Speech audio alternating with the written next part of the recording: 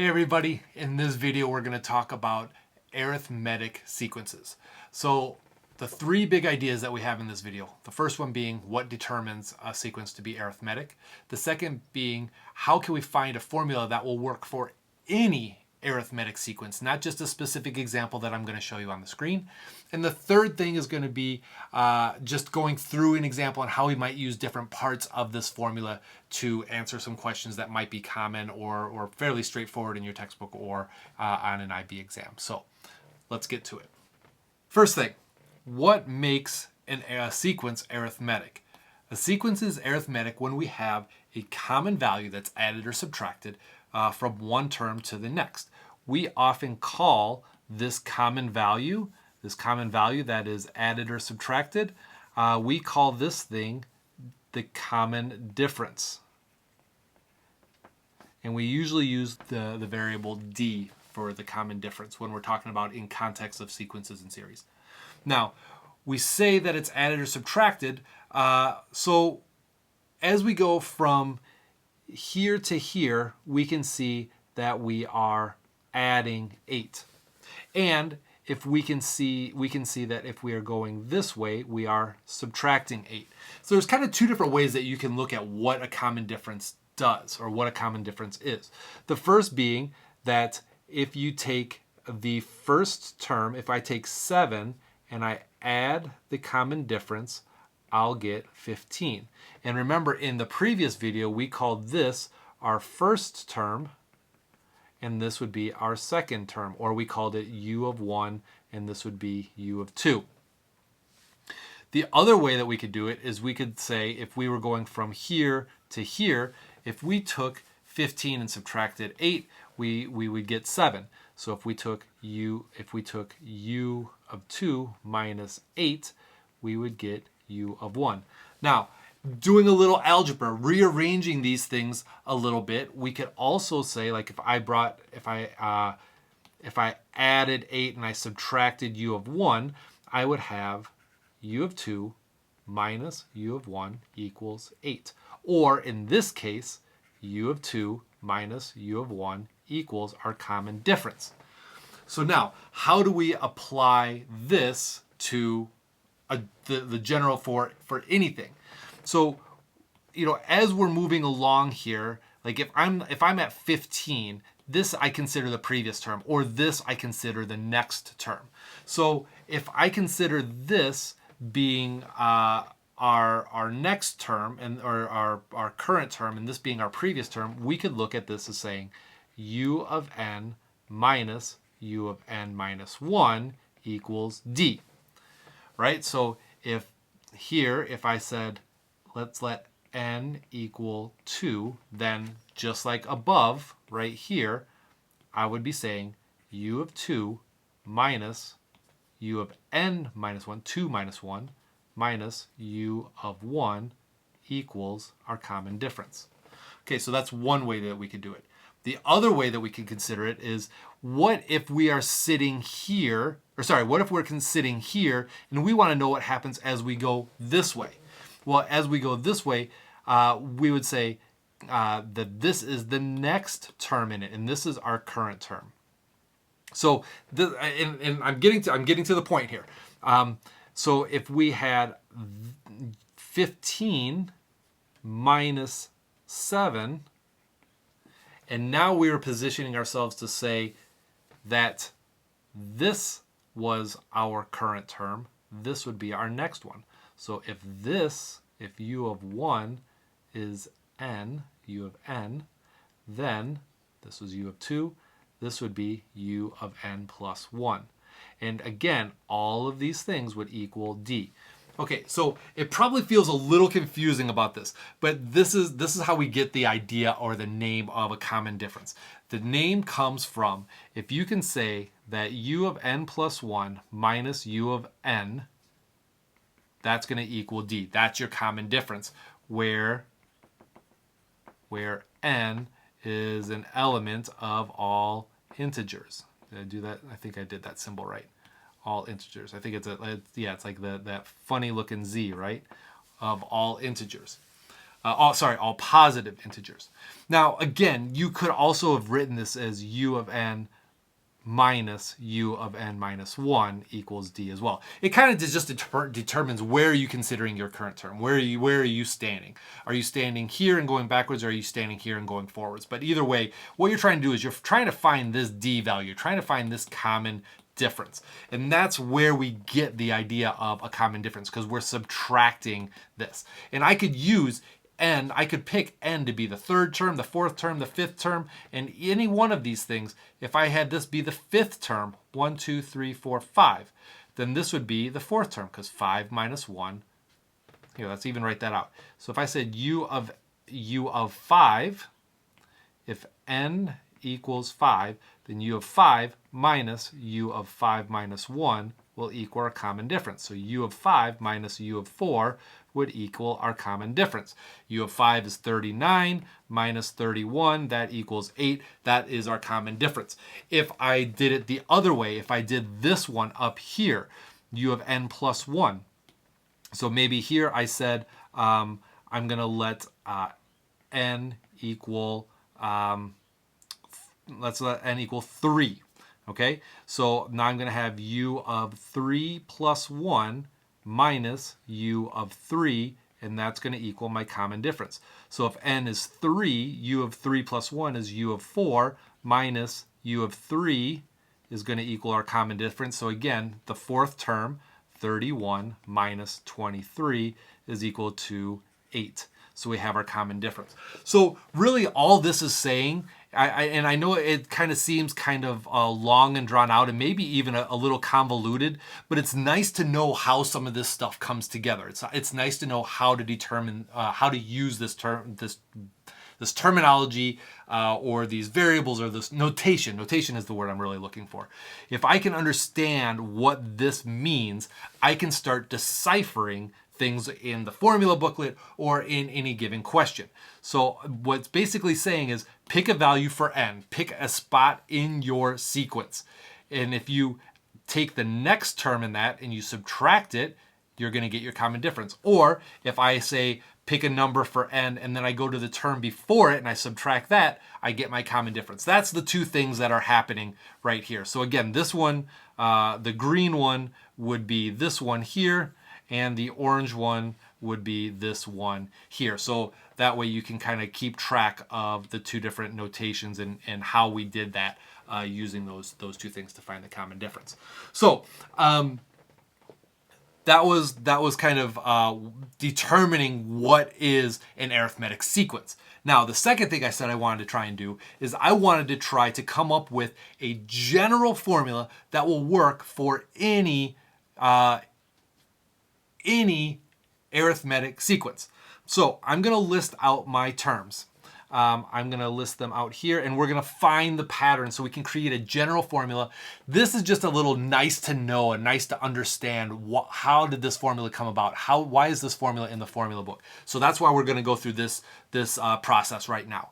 So let's look at this specific sequence here, and we're going to use this to then generalize what's going to happen for all the rest.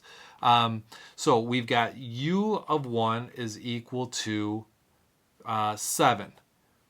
U of 2 is equal to u of 1 plus some common difference, right? So that's going to be 7 plus our common difference. And actually, you know what? I'm gonna leave that off for a second. I'm gonna let me step back a second. I'm gonna say u of 1 is equal to u of 1. U of 2 is equal to u of 1 plus some common difference, right? So that's basically what we said here. Here's u of 1. U of 2 is this plus 8. U of 3 is equal to u of 2 plus some common difference. So u of 3 is equal to 2. Adding 8, I'm going to get 23.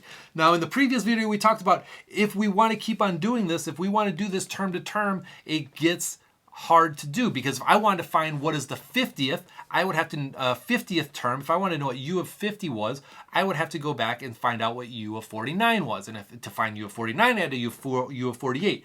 So let's break this down a little bit more.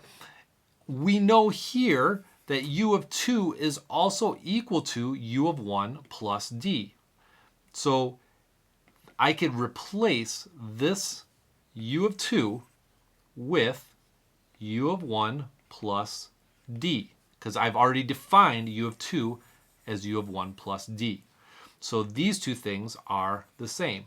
And now I have to add this additional d here. So what ends up happening is I have u of 1 plus 2d.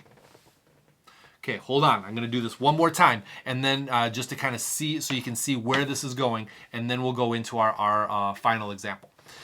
So u of 4 is going to be equal to u of 3 plus d. Well, we've just determined that u of 3 is equal to this. So here, let's do this. u of 3 is equal to this value right here. So I'm going to take this and I'm going to drop it in right here. So that means that u of 3, which is also u of 1 plus 2d, and then I have to add one more d.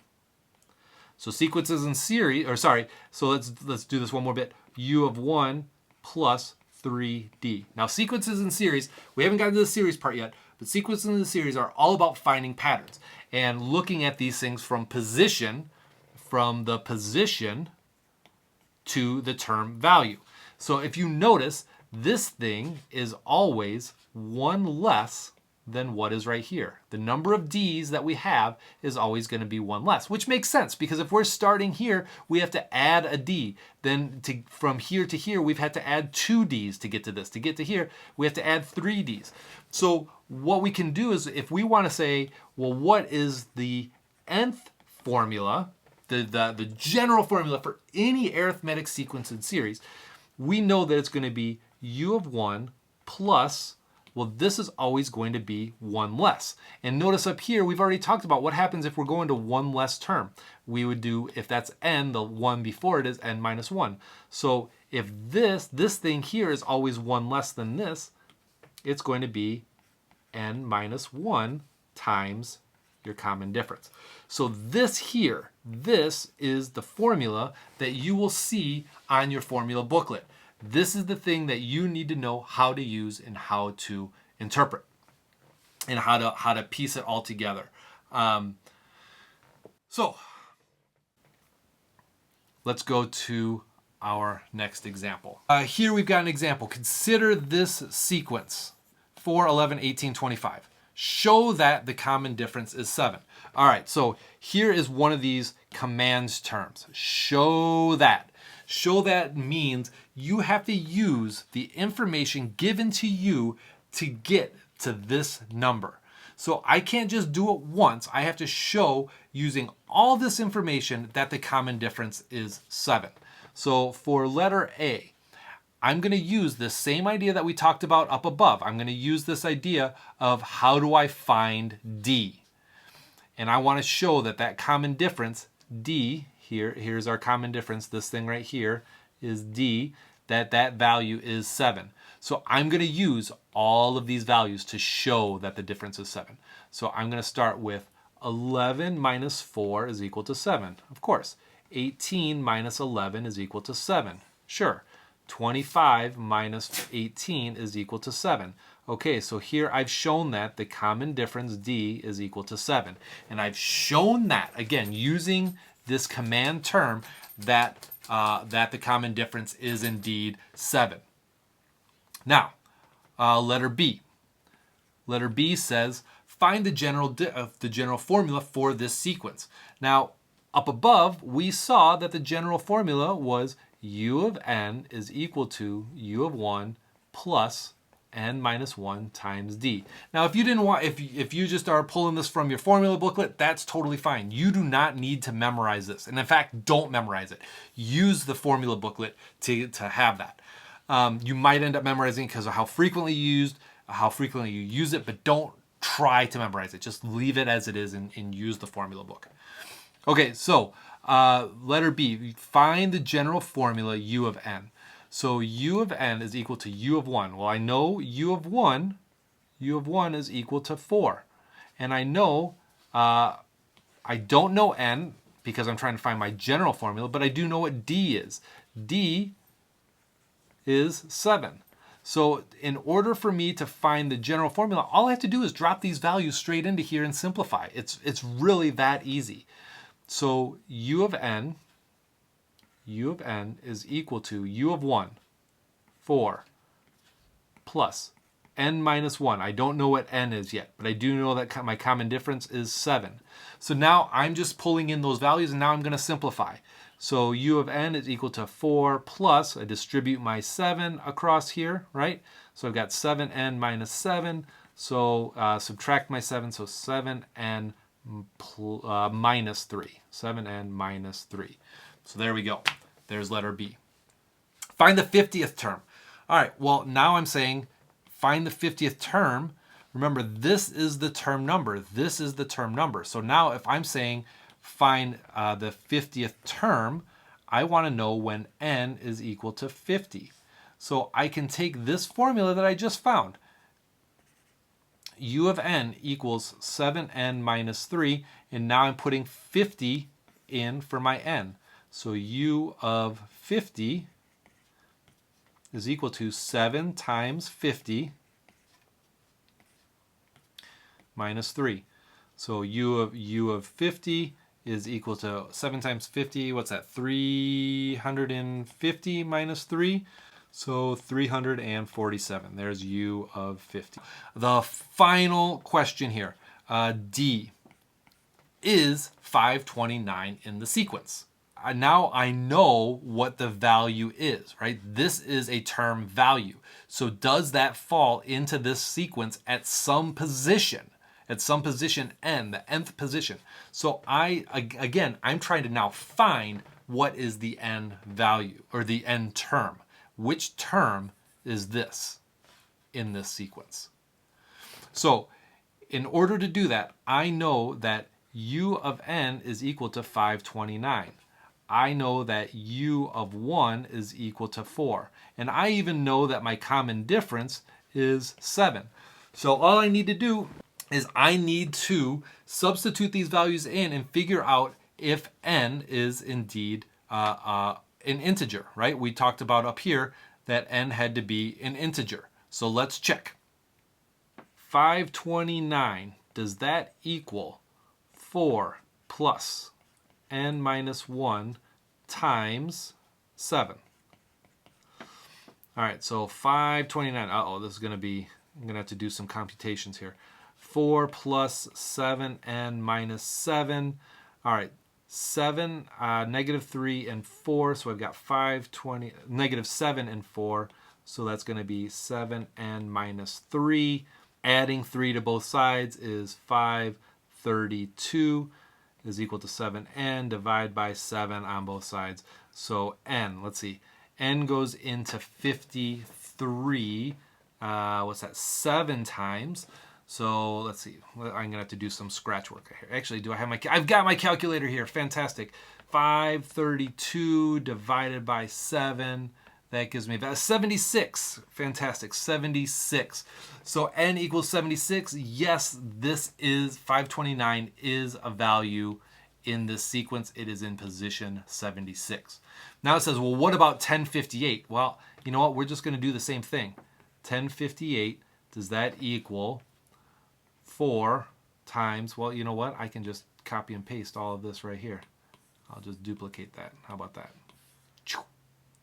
All right, so does 1058, does that fall into that place? And I'm guessing you probably already have a guess about what's going to happen here just by the way that this stuff all works out. 4 plus 7n minus 7. So again, we're going to have 1058 equaling 7n minus 3. Add my 3. 1061 equals 7n. And I'm going to divide by 7. And n equals 1061 divided by 7, 151.57. 151.57.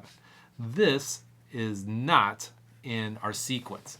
It's not in our sequence because we do not have an integer. We can't say is that 1067, 1060, or sorry, 1061, sorry, no, 1058, 1058 cannot fit in the 151.57 position because each of these things is an integer position, the first, second, third, fourth.